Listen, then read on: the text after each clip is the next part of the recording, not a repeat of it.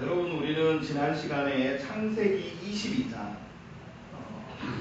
매우 성경에서도 매우 중요한 그러한 사건을 담고 있는 창세기 22장에 우리는 두 가지 교훈을 얻었습니다. 하나는 믿음의 최고의 가치인 여호와 경외의 신앙을 인정받기 위해서는 우리의 종교성을 마음껏 드러내고 나타내는 방법으로는 하나님을 경외하는 것이 증명되지 않는다라고 우리는 지난 시간에 살펴봤습니다. 오랫동안 신앙생활하고 교회에 나왔다고 해서 종교적 행위에 익숙해진다고 해서 우리는 하나님을 경외하고 하나님을 두려워하고 하나님을 섬기는 신앙인이라고 말할 수는 없는, 우리는 아브라함의 예에서 그것을 발견합니다. 하나님을 경외하는 신앙이라고 확증된 때는 아브라함이 아들 이삭까지도 하나님께 바치는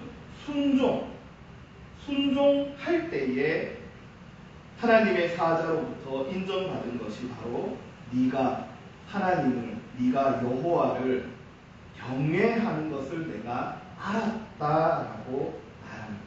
여러분, 순종은 어렵습니다. 그러나 우리 믿음의 사람들이 그런 유혹에 빠지죠. 순종은 어려우니까 그 부분을 뭘로 채우려고 합니까? 종교적인 외적인 모습, 그걸로 채우기 시작하면 여러분, 그 신앙이 점점 빗나갈 수밖에 없습니다. 우리는 한 말씀을 배우면 한 말씀에 순종하고 그렇게 삶을 살아가야 하는 것이죠. 아브라함의 순종을 통하여 우리는 그것을 깨닫게 되었습니다. 또한 순종은 무엇입니까? 순종은 내 기준이 아니라 하나님의 기준에 합해야 합니다. 그러니까 내 기준에 내가 아침 일찍 일어나서 아들 이삭과 함께 가려고 준비하는 단계, 그것이 내가 여호와를 경외하는 신앙을 보여주는 단계다라고 본인 스스로 생각하면 안 된다. 하나님은 아브라함이 칼을 빼들어 아들의 목을 찌르는 그 순간까지 원하셨다는 것을 볼 수 있습니다. 가시덤불로 막혀있던 길을 어렵게 지나가면서 이삭의 목에 칼을 꽂는 그 순간까지 하나님은 순종이라고 하시는 것이죠. 우리는 삶을 살고 또 믿음 생활을 하면서 하나님, 제 기준은 여기까지입니다 라고 하나님께 통보해버리고 그 기준을 뛰어넘지 못할 때에 우리는 하나님께서 준비해 주신 여호와 이레의 은혜를 경험할 수가 없다라는 거죠. 자, 우리는 창세기 22장에서 그러한 교훈들을 받았습니다. 그리고 오늘 매우 또 중요한 그러한 본문을 맞이하게 됩니다. 여러분, 오늘 우리가 읽은 본문 10절부터 읽었지만 여러분 1절을 보시면 사라의 죽음에 대한 이야기를 말씀합니다.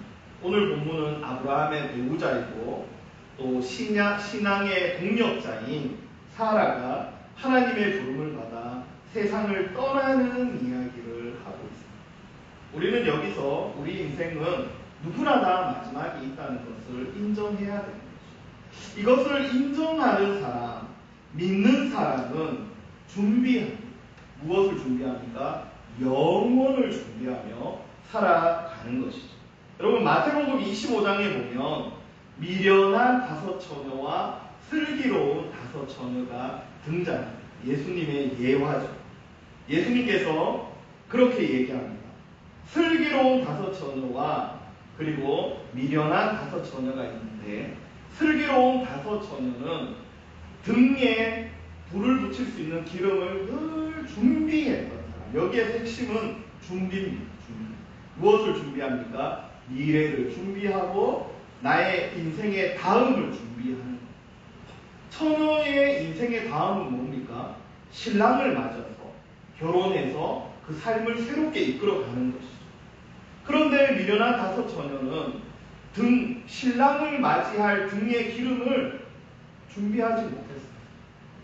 영원을, 다음을 준비하지 못한 모습을 보여준다. 말씀을 한번 보시면 이렇게 말합니다. 같이 한번 읽어보겠습니다. 시작. 그들이 사러 간 사이에 신랑이 오므로 준비하였던 자들은 함께 혼인잔치에 들어가고 문은 닫힌지라. 아멘. 여기 보십시오. 그들이 사러 간 것은 기름을 사러 가서 간 사이에 준비하지 못하고 있다가 그것을 갑자기 사러 간 사이 그 틈에 신랑이 왔다. 그래서 지혜롭게 늘 기름을 준비했던 5처녀는 그 혼인잔치에 들어갔습니다. 그러나 5처녀는 들어가지 못하였다. 여러분, 미련한 5처녀는 게을렀다. 그런데 여러분, 여기서 게을렀다는 것은 우리가 생각한 대로 잠을 자다가 늦게 늘 일어나 항상 무슨 일을 미루고 이런 개념이 아니라 무슨 말이냐면 다른 일에 바빴다. 성경은 항상 그렇게 말합니다. 사람은 다 바쁘게 삽니다. 그러나 하나님이 준비하라고 하신 것을 준비하지 않고 항상 다른 일에 바빴던 사람을 성경은 뭐라고 말하냐면 미련하고 게으르다고 얘기한다는. 자, 개인 그리고 우리 자연인에게 반드시 찾아오는 것은 죽음. 이것을 우리가 인정해야 되고 이것을 준비하며 우리는 살아갑니다. 우리가 살아서 지금까지 온 것은 이 영원을 준비할 기회를 하나님께서 주신 거죠. 그래서 이 영혼을 준비하면서 우리 안에 가치의 변화가 일어나는 것이죠. 하나님이 우리에게 주실 새로운 세상에 대한 가치가 우리 속에 심겨지게 되면 이제 그것을 준비하는 삶으로 만족하며 살아가게 된다. 말씀을 한번 넘겨주시면 히브리서 9장에 보면 한 번 죽는 것은 사람에게 정해진 것이다. 그 후에는 심판이 있다. 데살로니가 5장 2절에는 주의 말이 밤에 도둑같이 이른다. 죽음은 마지막 날은 도둑과 같이 옵니다. 갑자기 옵니다. 여기에서 미련하고 게을렀던 이 사람들도 어떤 때는 기름을 또 준비할 때도 있었을 거예요. 그러나 어떤 날 갑자기 기름이 떨어진 그날에 마치 신랑이 밤에 들어오는 도둑과 같이 갑자기 와버려요. 오늘 창세기 32장 1절 말씀에 사라가 127세를 살았으니 이것이 곧 사람이 누린 횟수라. 사라가 127세까지 살았다. 성경 전체를 볼 때 여자로서 죽은 나이가 기록된 사람은 사라가 유일해요. 그만큼 사라는 성경에서 중요한 위치를 차지하는 믿음의 조상이고 또 믿음의 어머니였던 것이죠. 여러분, 사라의 127년의 삶을 보십시오. 사라가 성경에 처음 등장할 때 여러분 혹시 기억하십니까? 한번 넘겨주시면 창세기 11장 30절. 몇 년 전입니까? 그죠? 굉장히 오래된 시간. 사라가 65세 때의 기록입니다. 지금 127세에 죽었지만 65세 때의 기록을 한번 보십시오. 읽어보십니다. 시작. 사라는 임신하지 못함으로 자식이 없었더라. 성경에 등장한 첫 번째 모습이 뭐냐 하면 임신 못한다. 그래서 그는 자식이 없다. 아브라함의 부르심과 함께 사례가 등장하는데 성경이 불가능한 모습, 문제에 휩싸여 있는 모습으로 사라가 등장합니다. 이 여자는 아이를 못 낳는 여자다라고 성경에서 딱 낙인을 찍어주고 있습니다. 지금은 그렇지 않지만 우리나라도 70년대, 80년대까지는 여러분 자식을 못 낳거나 또 아들을 낳지 못하는 여인은 참으로 괴로운 나날을 보내었습니다. 자식을 생산하지 못하는 것을 사라가 인지했을 때 얼마나 괴로웠겠습니까? 너무 힘들고 어려우니까 몸종 하가를 대신 아브라함의 처소에 밀어 넣지 않습니까? 성경에 보면 그렇게 단순하게 나오지만 이 사라의 마음은 어땠겠습니까? 아마 마음속으로는 하갈도 생산하지 못하면 좋겠다라는 마음이 사라의 전체적인 마음이었습니다. 그런데 어떻게 됩니까? 아들을 덜컥 잉태하죠. 그러면서 하갈이 자식을 생산하지 못하는 자기의 주인 사라를 무시하는 눈으로 늘 바라봤다. 사라의 인생의 처음은 참으로 비참하고 수치스러운 모습입니다. 여러분, 제가 20대에 이 성경을 계속 읽다가 아브라함의 이 일대기를 바라보면서 또 사라의 일대기를 읽으면서 저는 우리 어머니가 생각났어요. 처음에는 그렇게 이입이 안 됐었는데 우리 되기 시작했는데 저는 누님이 셋이거든요. 그리고 여동생이 하나. 그러니까 5남매에 제가 저희 가정에 하나밖에 없는 아들이죠. 그리고 저희 고모도 아들이었고 저희 작은 아버지도 아들이죠. 그러니까 저희 가문, 저희 할아버지 밑으로는 남자라고는 저 하나밖에 없어요. 얼마나 귀합니까? 저는 나름대로 귀하게 그렇게 자랐고, 그런데 이것을 좀 더 세심하게 바라봤어요. 성경을 읽으면 제가 우리 동네에 보면 우리 누님들의 친구는 다 남자입니다. 그러니까 이 동네 저희 한 35가구 정도 사는 시골의 작은 동네에서 아이들이 이제 막 태어나기 시작하는 거예요. 그런데 우리 집은 첫째도 딸, 다른 집은 계속 아들이에요. 우리 동네에는 저희 누님들은 다 남자들하고 놀았어요.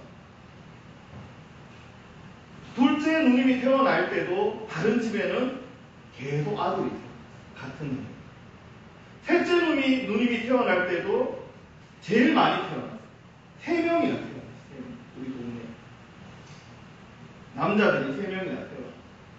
그러니까 이 상황을 제가 살펴보니까 우리 어머니가 엄청난 부담 속에서 살아요. 엄청난 부담. 첫째 딸 낳는데 다른 집은 다 아들. 둘째 딸 낳는데 또 다른 집은 다 아들. 셋째 딸 낳아버렸는데 또 다른 집은 더 많은 아들이 태어났어요. 저희 어머니가 한 번씩 제가 태어났을 때 어머니가 울었다는 얘기를 하십니다. 저는 그냥 아들이 태어나서 기뻐서 울었겠거니 했는데 얼마나 한이 맺혔을까라는 생각을 나중에 하게 되었어요. 아, 그렇구나. 엄청난 압박감 속에 살았겠구나.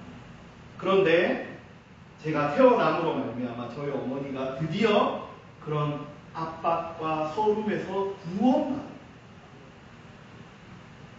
자유를 얻었어요. 여러분, 오늘 사라의 삶도 그랬습니다. 얼마나 힘들고 어려웠을까요? 65세에 하나님께서 자녀를 낳지 못하는 여인이라고 낙인을 찍어버렸어요. 그러나 하나님의 부르심을 받고 하나님과 언약을 맺을 때에 사라는 문제 덩어리였지만 여러분, 그 인생의 마지막이 어땠는가? 하나님께서 복되게 하시고 사라가 가지고 있던 그 가장 큰 문제의 답을 하나님께서 주신 인생이 되었다. 여러분, 우리 성도의 가장 중요한 인생은 뭐냐 하면 끝입니다. 여러분, 마지막이 좋아요. 마지막이 좋지 않은 인생은 비참한 인생이 되고야 합니다. 성경에는 마지막이 좋았던 사람들이 있습니다. 특히 예수님의 한쪽 편에 십자가에 함께 달린 간. 그 간도는 일평생 살아가면서 십자가에 달릴 죄를 지었어요. 아마 살인이나 강도나 이런 일들을 많이 저질렀습니다. 그런데 또 한편의 강도는 예수님을 향하여 뭐라고 말했습니까? 예수님을 막 힐난했습니다. 네가 하나님의 아들이면 우리를 좀 구원해봐. 할 수 없지. 너는 하나님의 아들이야. 그런데 한쪽의 그 강도는 예수님을 바라보면서 또 그 사람을 꾸짖으면서 우리는 우리의 죄 때문에 죽지만 옆에 달린 이분은 죄 없이 돌아가시는 거죠. 그때 예수님께서 그 강도를 향하여서 네가 나와 함께 낙원에 있을 것이다. 여러분, 그 인생의 마지막이 구원으로 점철되는 것을 볼 수 있습니다. 그러나 성경에 보면 또 그런 사람들이 있죠. 인생의 마지막에 믿음을 배반했던 사람, 순교와 고난의 역경이 찾아오자 예수님을 버렸던 사람들이 많이 또한 등장합니다. 이것을 보았을 때 한 사람의 인생 말미에 가장 좋은 것은 하나님 앞에 갈 때에 그 사람이 어떤 사람인가, 어떤 사람으로 변화되어서 가는가, 그것이 매우 중요하다. 여러분, 사라의 인생 말미에 사라는 이삭과 함께 37년을 함께 기쁨을 누리며 살았습니다. 이삭의 이름과 같이 웃음이 가득한 그 인생을 살았고, 하나님이 주신 내 인생의 문제의 해답, 바로 이삭을 끌어안고 37년 동안 아들의 어리광도, 또 아들이 성인이 되어서 장가 가기 직전까지 사라는 한 어머니가 누릴 수 있는 거의 모든 것을 누리고 그의 인생을 바쳤다. 이것이 바로 복된 인생입니다. 끝이 나쁜 사람보다 끝이 하나님 앞에 좋은 사람이 되어야 합니다.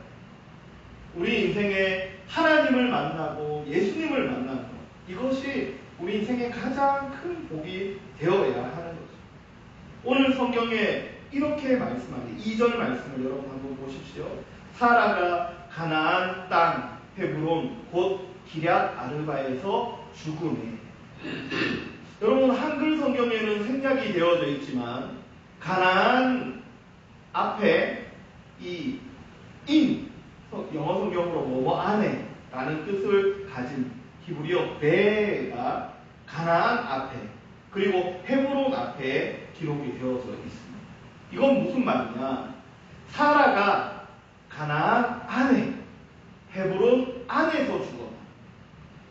다른 곳에서 가서 하나님의 땅이 아닌 다른 것을 섭렵하면서 기대하면서 그렇게 살다가 죽은 것이 아니라 가나안 안에 헤브론 안에 곧 하나님이 주신 땅 안에서 그 땅에서 하나님의 복을 누리다가 죽었다라는, 우리 인생이 하나님 안에서 살다가 인생을 마감하는 것이 가장 우리 인생의 아름다운 모습, 내 인생을 아름답게 매듭 지을 수 있는 유일한 길은 하나님의 언약의 복 안에서 살아갑니다. 아브라함과 사라의 언약의 복은 가나안 땅 안입니다. 우리의 언약의 복은 무엇입니까? 예수님 안에 삽니다. 여러분, 우리가 예수님을 알고 믿고 예배하는 인생을 살아간다는 것은 우리 인생이 이 세상에 살아가는 모든 사람들보다 아름답게 매듭 지어질 수 있다는 것을 우리에게 보여준다. 그래서 하나님께서 복 주시는 언약 속에서 살고 하나님과 늘 교제하면서 사는, 오늘 사라의 죽음을 성경에서 보여주지만 이것을 비극이라고 얘기하지 않습니다.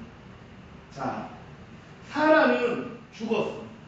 누구든지 다 죽음으로 피해갈 수 없는 죽음을 맞게 되는 것이죠. 오늘 2절에 보니까 아브라함은 사라의 죽음 앞에서 슬퍼하고 애통해. 그냥 눈물 흘린 것이 아니고 복을 했다는 뜻입니다. 아브라함은 매우 슬펐을 거예요. 한평생 자기와 함께 살아갔던 배우자가 먼저 죽음을 맞이할 때에 이 아브라함이 얼마나 마음이 아팠을까. 그리고 그의 인생을 다 알고 있잖아요. 얼마나 슬퍼하며 애통했습니까? 성경에는 곡을 하면서 울었다라고 했습니다. 그런데 아브라함은 이 슬픔에만 매몰되어 있지 않고 있다라는 것을 우리에게 보여줍니다. 우리의 믿음의 조상들은요, 죽음을 비극으로만 여기지 않았습니다. 우리 믿음의 사람은 죽음을 끝으로 여기지 않았습니다. 영원으로의 시작으로 우리는 받아들이는 것이죠. 아브라함도 마찬가지입니다. 죽음을 하나님의 뜻으로 받아들이고 슬퍼하면서도 동시에 또 다른 새로운 시작을 하는 것입니다. 그래서 이 죽음에서 무엇을 남길지 늘 고민하고 소망하는 삶을 아브라함이 살았다. 그 증거가 무엇입니까? 3절 말씀을 한번 보시면 이렇게 얘기합니다. 그 시신 앞에서 일어나 나가서 헷 족속에게 말하여 이르되. 여러분, 아브라함은 그 시신 앞에서 통곡하다가 거기에서 넘어져서 시간을 낭비하고 인생을 낭비하고 열정을 낭비하고 그렇게 하는 것이 아니라 죽음은 하나님의 뜻이다. 믿음으로 죽은 사람은 하나님께로 나아갑니다.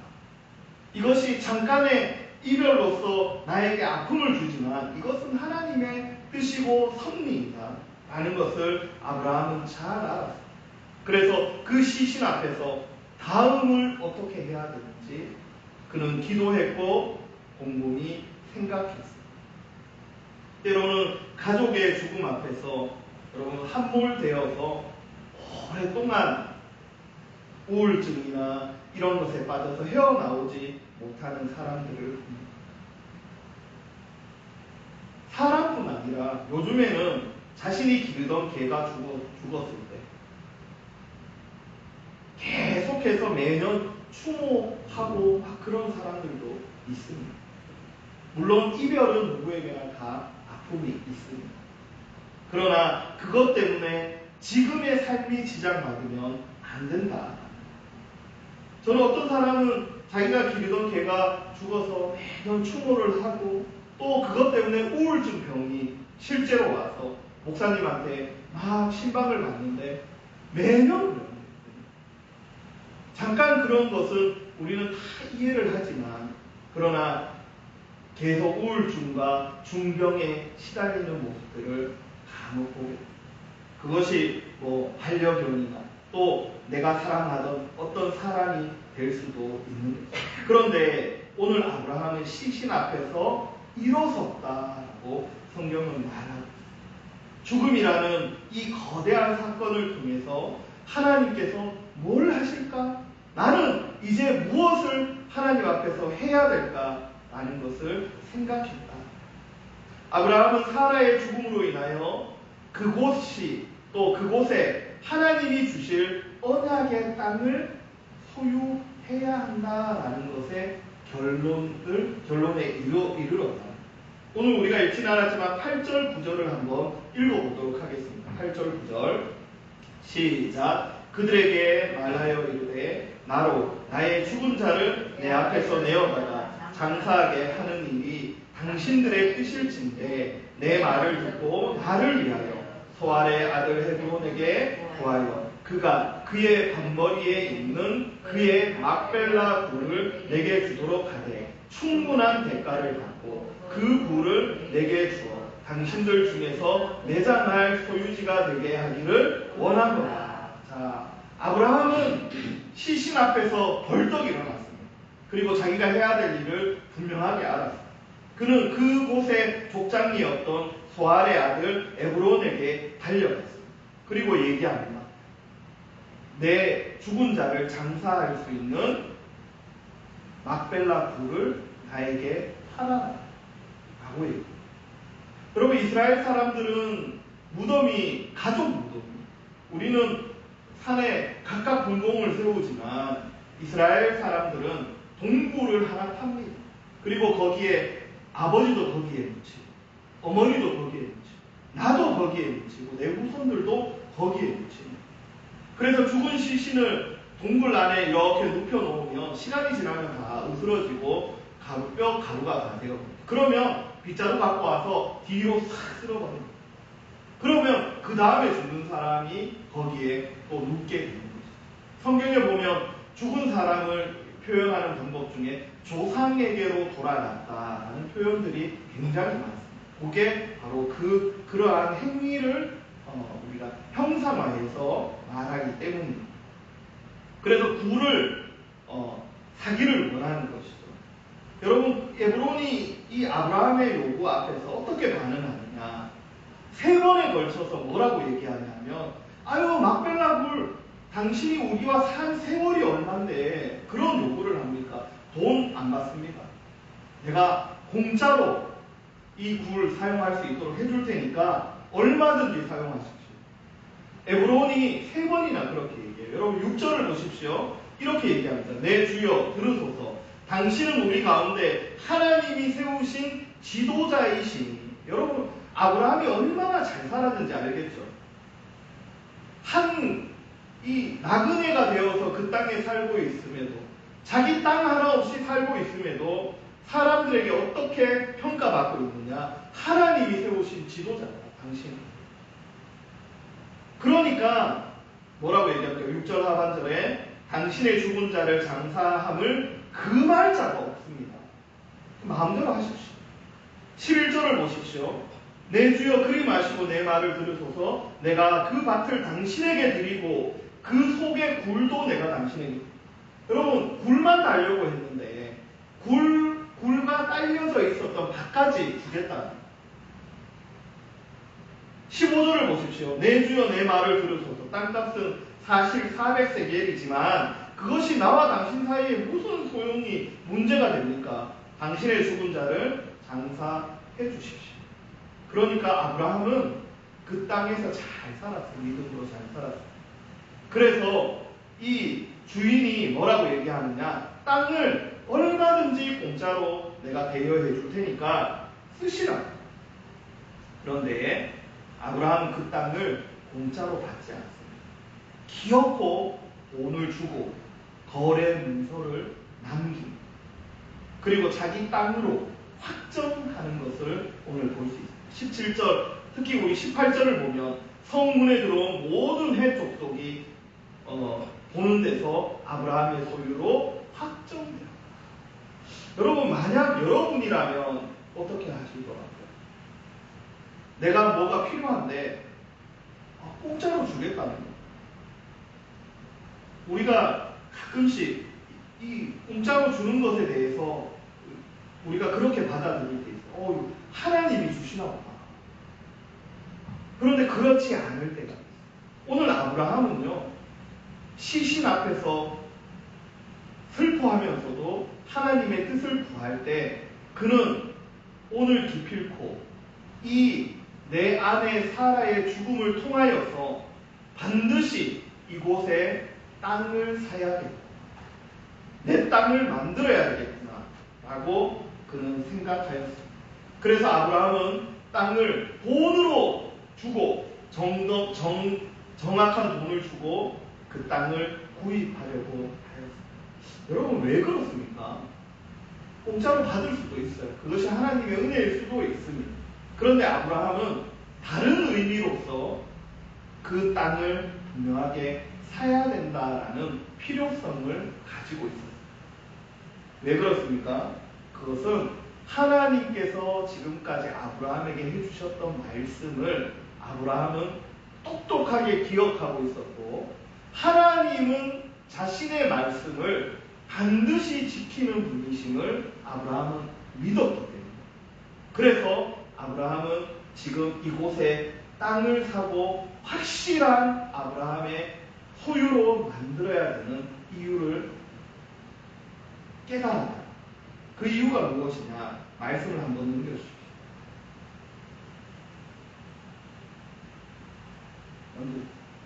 자, 같이 한번 읽겠습니다. 시작. 너는 반드시 알라. 내 자손이 이방에서 객이 되어 그들을 섬기겠고 그들은 400년 동안에 내 자손을 괴롭히리니. 자, 보십시오. 아브라함의 후손에 대한 이야기를 창세기 15장에서 하나님께서 예언해 주셨어요. 말씀해 주셨어요. 그게 뭐냐? 너 지금 가나안 땅에 살고 있지만 내 자손이 이방 다른 나라에 객이 될 것이고 그곳에서 무려 몇 년 동안? 400년 동안 살게 된다. 그러니까 지금 가나안 땅을 떠나서 아브라함의 후손들이 400년 동안 다른 곳에서 살게 된다라는 거예요. 그리고 그 속에서 괴로운 삶을 산다는 거예요. 그런데 거기에서 끝나는 것이 아니라 다음 한번 읽어보도록 하겠습니다. 시작. 내 자손은 4대 만에 이 땅으로 돌아오니 이는 아모리 족속의 죄악이 아직 가득 차지 아니하리라 하시더니, 자, 400년이 지나면 하나님께서 은혜를 베풀어 주셔서 그들을 다시 가나안 땅으로 불러주시겠다라는 말씀을 하나님께서 해주셨어요. 그러니까 이게 무슨 말이냐 하면, 오늘 아브라함이 가나안 땅에 지금 살고 있는데 앞으로 400년 동안 이 가나안 땅에 아브라함의 후손은 한 명도 없다는 거예요. 무려 400년. 여러분, 오늘 이 땅을 만약 에브론의 호의를 받아서 구두 계약을 맺고 그 땅을 무덤으로 사용한다면 여러분 400년 동안 아브라함과 그의 후손들이 거기에 없잖아요. 400년 후에 어떻게 될까요? 그 땅을 내 땅이라고 말하면 누가 믿어줄까요? 안 믿어요. 아브라함은 하나님이 이렇게 말씀하셨기 때문에 400년 후에 다시 왔을 때에 하나님이 가나안 땅을 우리에게 주시겠다라고 하시는 교두보적인 의미로서 그 땅을 가지려고 하였다. 이것이 말씀을 믿는 사람, 하나님의 말씀을 믿는 사람이 살아가는 방법. 여러분, 400년 후를 누가 봅니까? 우리는 며칠 후도 신경 안 쓰고 살 때 너무 많잖아요. 그런데 아브라함은 하나님의 이 말씀을 기억했습니다. 그리고는 그 땅에 대한 소유권을 분명하게 가졌다. 여러분, 창세기 이 성경, 특히 이 구약 성경 중에서 이 창세기는요, 이스라엘 백성들에게는 무엇으로 인식되냐 하면 땅 문서로 인식됩니다. 아브라함이 가나안 땅을 우리에게 주셨다라는 증거가 됩니다. 그래서 이스라엘 땅이 여러분 없었잖아요. 페르시아에 망하고 그 이후에 로마의 속국이 되어서 그때부터 이스라엘이라는 나라는 없었습니다. 지금까지 1960년대까지. 그런데 갑자기 1960년대에 이스라엘 사람들이 가나안 땅으로 몰려갔잖아요. 그리고는 뭐라고 얘기했습니까? 창세기 보여주면서 땅 문서 딱 보여준 거예요. 우리 벌써 몇천 년 전부터 여기 살았고 여기 아브라함의 땅이 있다. 이것이 시발점이 되어서 이스라엘 사람들이 지금 그 땅에 살게 됩니다. 물론 그것 때문에 분쟁이 일어나고 있지만 그들은 이 창세기를 자신들의 땅 문서로 인식하고 있습니다. 아브라함도 마찬가지입니다. 아브라함의 후손들이 70명이 애굽으로 다 들어가서 이주하여 살았습니다. 자, 그러나 그 이주하면서 살 때에 요셉이 자기가 죽을 때쯤 되어서 이렇게 얘기합니다. 우리 말씀을 한번 넘겨주십시오.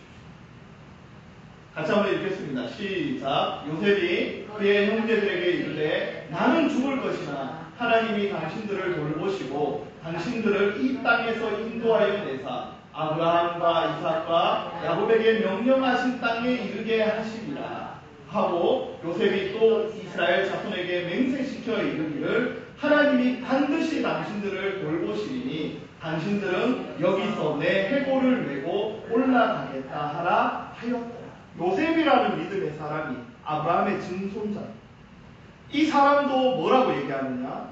하나님의 말씀은 반드시 이루어집니다. 우리가 가나안 땅으로 갈 것인데 나 가나안 땅 가기 전에 애굽에서 죽을 것 같아.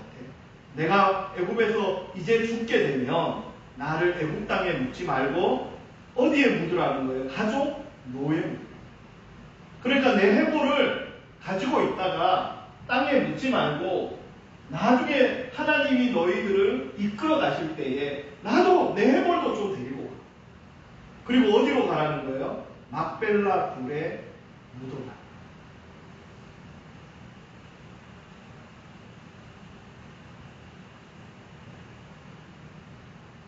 한번 넘겨주십시오. 자, 같이 한번 읽겠습니다. 실제로 400년이 지난 이후에 모세가 이스라엘 백성들을 데리고 애굽에서 나아갈 때 13장입니다. 같이 읽겠습니다. 시작. 모세가 요셉의 유고를 가졌으니 이는 요셉이 이스라엘 자손으로 단단히 맹세하게 하여 이르기를 하나님이 반드시 너희를 찾아오시리니 너희는 내 유고를 여기서 가지고 나가라 하였음이더라. 이 유골이 나중에 여호수아 때에 가나안 땅에 이스라엘 백성들이 들어가서 막벨라 굴에 장사되는 것을 그 땅이 왜? 아브라함이 오늘 아브라함의 땅 문서로 남긴 계약서가 있죠. 이스라엘 백성들이 당당하게 그곳에 들어가서 유고를 어떻게 합니까? 장사 지낼 수 있었다. 여러분, 죽음 앞에 넘어져 있거나 죽음 앞에서 모든 것을 포기하고 있는 것이 아니라 죽음조차도 어떻게 됩니까? 미래를 위해, 영원을 위해서, 400년 후를 위해서 준비하고 나아가는 아브라함의 모습을 우리는 바라보고 말씀의 결론을 맺겠습니다. 우리가 믿음의 삶을 살 때 비록 시작은 문제 투성입니다. 여러분 어떻습니까? 예수님 만나기 전에 우리의 삶. 저도 예수님 만나기 전에 매일매일 지옥같이 그렇게 살았어요. 실제로. 매일 원망하고 신을 원망하고 사람을 원망하며 그렇게 살았어요. 그런데 그 문제투성이고 불가능에 휩싸여 있던 인생이 예수님 안으로 들어가자 아름다운 모습으로 바뀌었다. 오늘 사라도 문제투성이었지만 하나님의 언약의 땅 안으로 들어가서 살아갈 때에 그의 모든 문제들이 풀려지고 이삭이라는 이름처럼 사라의 인생이 웃음으로 마무리되는 인생이 되었다는 사랑하는 성도 여러분, 온 교회에서 신앙생활을 하실 때 아름다운 끝이 되어야 될 줄 믿습니다. 두 번째로는 아브라함은 슬픔에 매몰되지 않고 분연히 일어나는 모습을 볼 수 있습니다. 자신과 사라의 장래만 생각하였다면 그럴 필요가 없지만 아브라함은 가나안 땅으로 나중에 돌아올 후손들의 믿음의 교두보를 설치하고 있는 것을 볼 수 있습니다. 아브라함의 이 결단 하나를 통하여서 이스라엘 백성들이 가나안 땅에 들어올 수 있게 되었다. 우리는 오늘 비록 적은 숫자가 하나님 앞에 예배드리지만 우리는 여기에서 머무는 것이 아니라 100년 후를 보고 200년 후를 봐야 됩니다. 저는 옹교회를 개척하면서 제 스스로 수백 명의 교회를 만들려는 목표를 세우지 않았습니다. 그건 어떻게 보면 이율배반입니다. 오래전부터 계획하고 준비하고 노력한 사람들이 있고 하나님 앞에 기도한 사람들이 있다면 나는 그런 교회들이 크고 또 이 땅의 복음을 전하는 일에 힘써야 된다고 생각합니다. 그렇지만 저는 어떤 하나님의 뜻의 연결고리의 역할을 하고 싶어요. 그래서 이곳에 옹교회를 세우고 앞으로 옹교회를 통하여서 하나님께서 수많은 믿음의 사람들을 통하여서 이 교회를 선하고 아름답게 이끌어 나가실 것에 대한 준비하는 자로서의 삶을 살려고 합니다. 여러분, 돈을 남기고 부동산을 남기고 나만의 성공의 비밀을 남겨두는 것을 훨씬 지나서 우리 바른 신앙을 우리 후세대들과 또 다음 세대들에게 남겨둘 수 있는 우리가 되어야 될 줄 믿습니다. 그러한 은혜와 복이 저와 여러분들에게 있기를 주님의 이름으로 축복합니다.